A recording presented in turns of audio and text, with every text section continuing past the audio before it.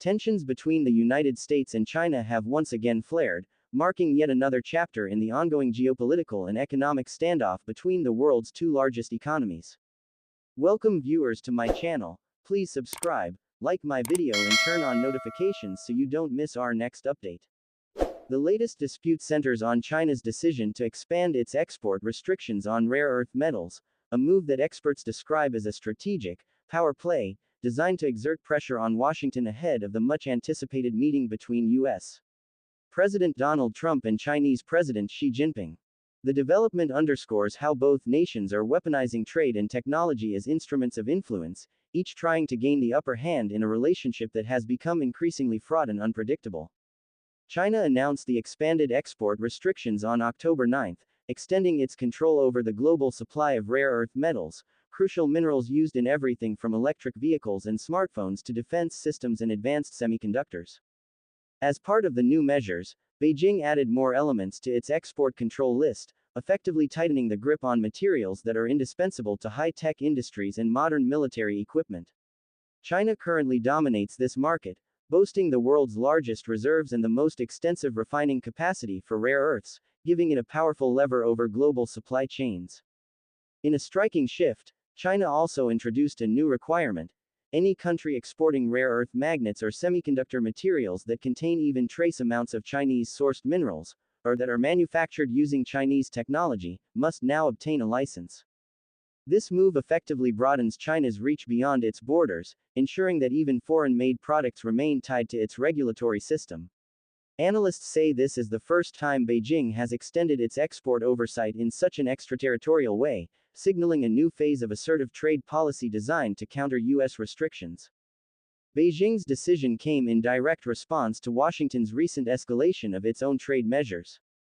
The U.S. had expanded its entity list, further restricting China's access to the most advanced semiconductor chips and associated technology. Additionally, the Trump administration imposed new levies on ships linked to Chinese ownership or operation, part of an effort to strengthen the U.S. shipbuilding sector and reduce China's influence in global shipping. Predictably, China retaliated by placing similar charges on vessels that were American-owned, built, operated, or flagged, mirroring Washington's actions and reinforcing the tit-for-tat nature of their trade confrontation. For the U.S., these steps regarding chip exports and shipping fees were not part of the trade deal with China, said Veena Najibullah, Vice President for Research and Strategy at the Asia-Pacific Foundation of Canada. However, they reflect a deeper strategic competition where both sides are using economic measures to achieve political leverage. Najibullah noted that the two powers are now engaged in an information war, each accusing the other of holding the global economy hostage with their policies. She explained that China's latest restrictions are part of a calculated escalation, a show of strength meant to demonstrate that Beijing can match Washington's every move and perhaps even force the U.S. to step back. This is no longer the same trade war we were witnessing 3 months ago, Najibullah added. China is signaling that it's prepared to endure significant economic pain to assert its dominance. For the first time, it's applying export rules that have extraterritorial reach. This is a profound shift in its approach. Many analysts agree that China's timing is deliberate. The decision to expand rare earth restrictions comes just weeks before the scheduled meeting between Presidents Trump and Xi at the Asia-Pacific Economic Cooperation (APEC) summit in South Korea. Dexter Tiff Roberts, a senior fellow at the Atlantic Council's Global China Hub, described Beijing's move as a power play, intended to send a message before the talks even begin. China believes it has the leverage right now, Roberts said. They see Trump's position as inconsistent, his strategy scattered, and his need for a diplomatic win as a weakness they can exploit. Indeed, the Trump administration's approach to Beijing has been erratic.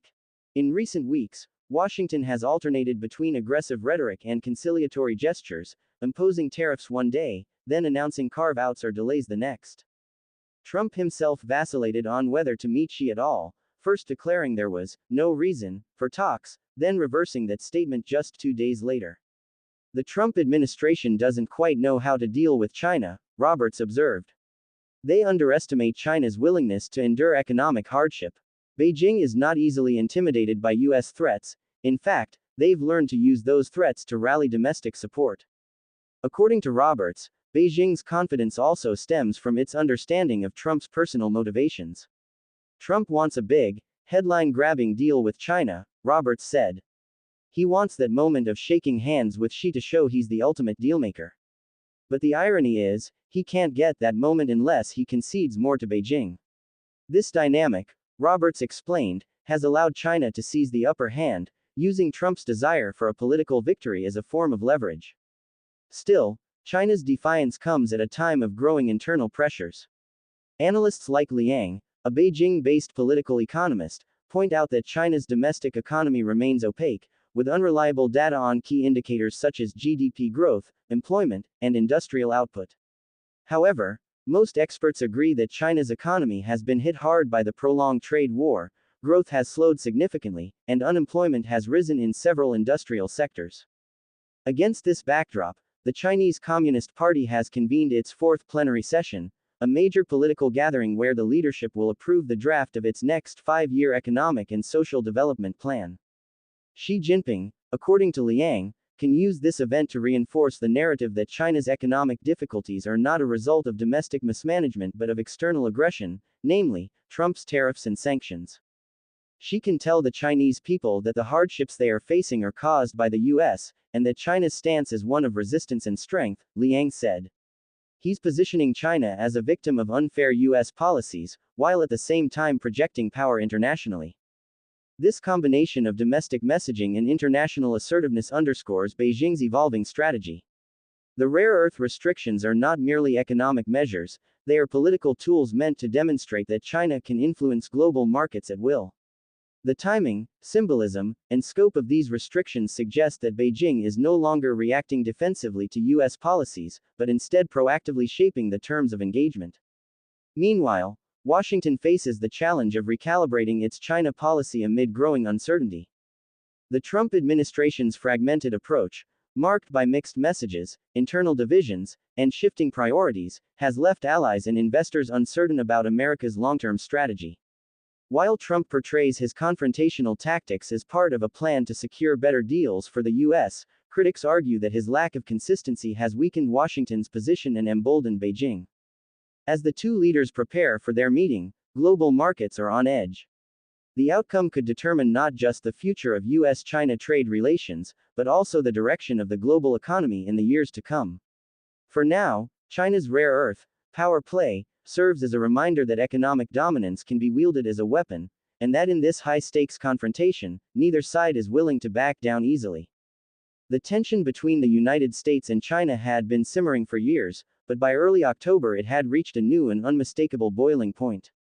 It was no longer simply a trade dispute or a contest over tariffs and manufacturing. It had evolved into a struggle for dominance, a quiet war of power and pride where every move, every restriction, every public statement carried global consequences. When Beijing announced its decision to expand export restrictions on rare earth metals, it was not just a bureaucratic adjustment to trade policy, it was a declaration of strategic intent, a signal to Washington that China was ready to play hardball on its own terms. In the early hours of October 9, the announcement came with little fanfare, yet its implications rippled through the corridors of power in Washington, Tokyo, Brussels, and every capital dependent on the flow of these precious minerals. China revealed that it would be tightening its grip on the export of rare earth elements, those obscure but indispensable metals that serve as the foundation of modern technology. Within these minerals lay the heart of global industry: electric vehicles, smartphones, wind turbines, fighter jets, and missiles. They were the invisible lifeblood of the digital age, and China, holding nearly 70% of global production and the overwhelming majority of refining capacity, had just decided to remind the world who controlled the tap. The move wasn't random. It came just weeks before a planned meeting between U.S. President Donald Trump and Chinese President Xi Jinping at the Asia-Pacific Economic Cooperation Summit in South Korea. Observers couldn't miss the timing. It was as if China had chosen the moment deliberately, a quiet chess move placed just before the next round of negotiations, ensuring that when Trump sat across from Xi, the weight of those critical minerals, and the industries they sustained, would hang invisibly in the air between them. The Chinese government expanded its list of restricted exports, adding new elements that had not previously been controlled, and then introduced something even more striking. Any country wishing to export rare earth magnets or semiconductor materials that contained even trace amounts of Chinese-sourced minerals, or that had been manufactured using Chinese technology, would now require a special license. This was a first. Beijing had extended its control beyond its borders, effectively placing a shadow hand on parts of the global supply chain that stretched across continents. To many analysts, this was a breathtaking escalation, a show of force that revealed how far China was willing to go to defend its economic interests and assert its dominance in the technological